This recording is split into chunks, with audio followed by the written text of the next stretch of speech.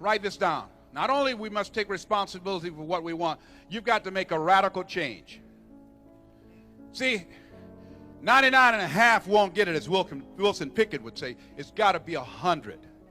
If we want to be about it, if we want to keep our commitment and take responsibility for changing lives, helping people to learn how to reinvent themselves, spreading and creating a shift in consciousness, we want to change the planet. If we're talking about putting over 2 or 20,000 or 100,000 people in a coliseum, in a big meeting room in the year 2000 in Orlando, we're behind right now, ladies and gentlemen. We've got to make a radical change. When you make a radical change, you're passionate about it. You don't talk to 10 or 15 people a day. You make a radical change, you're serious about what it is you're doing. You're talking to 75, you're talking to 100 people a day.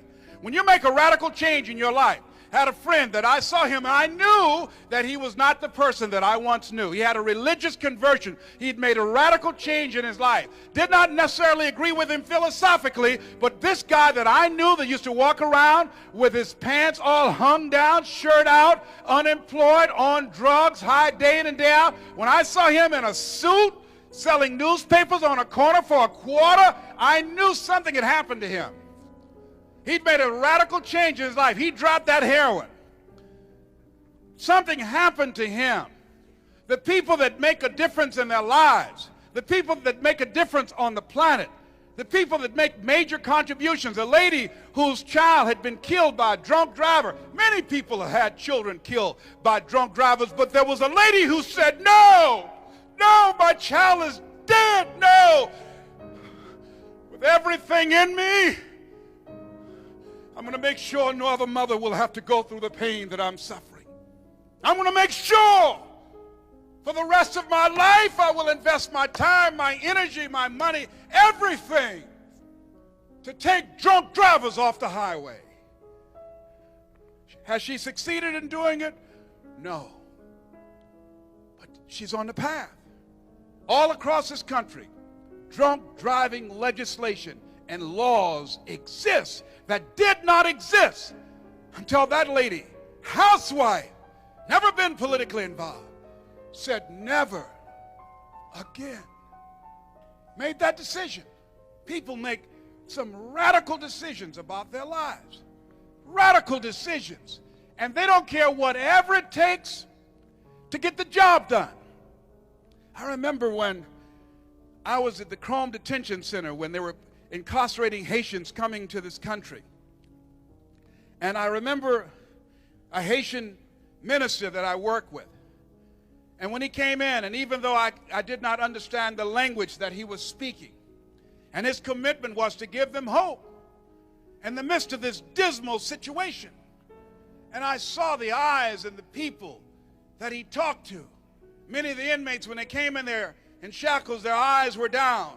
And I remember as he spoke, and even though I could not understand his words, I felt his passion. And I saw them look up. And these people who were emaciated and hungry and just confused, why are we in prison here? Why are they letting the Cubans go free and putting us in prison? Why can't I see my family? Why you have me caged like this? And as he spoke, Father Von Jus, that radicalness in his spirit, his energy, these men who came in depressed left there with a new energy, left there with a new spirit. As we look at ourselves and look at our lives, you got to make radical changes.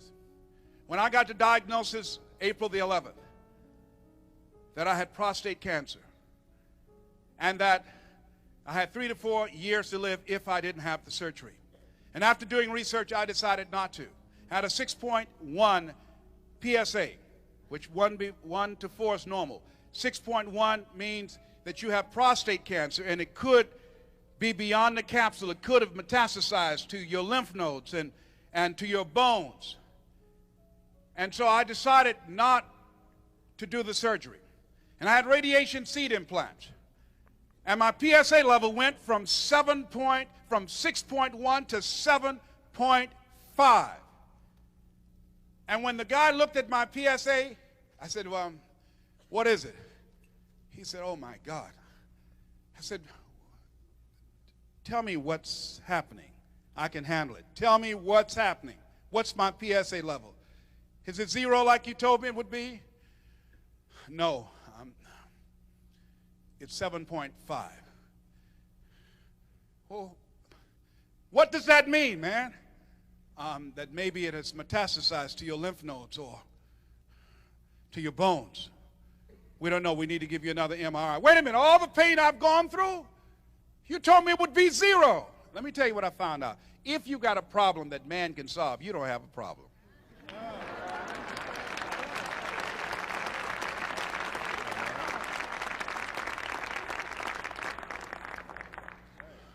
We need to give you some other procedures. No, I'm not going to do that. I decided to take responsibility for my life.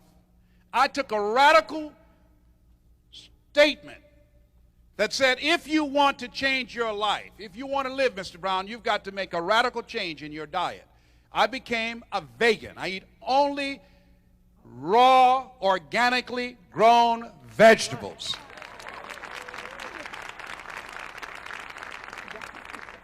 I had friends praying for me, many people out in this audience praying for me.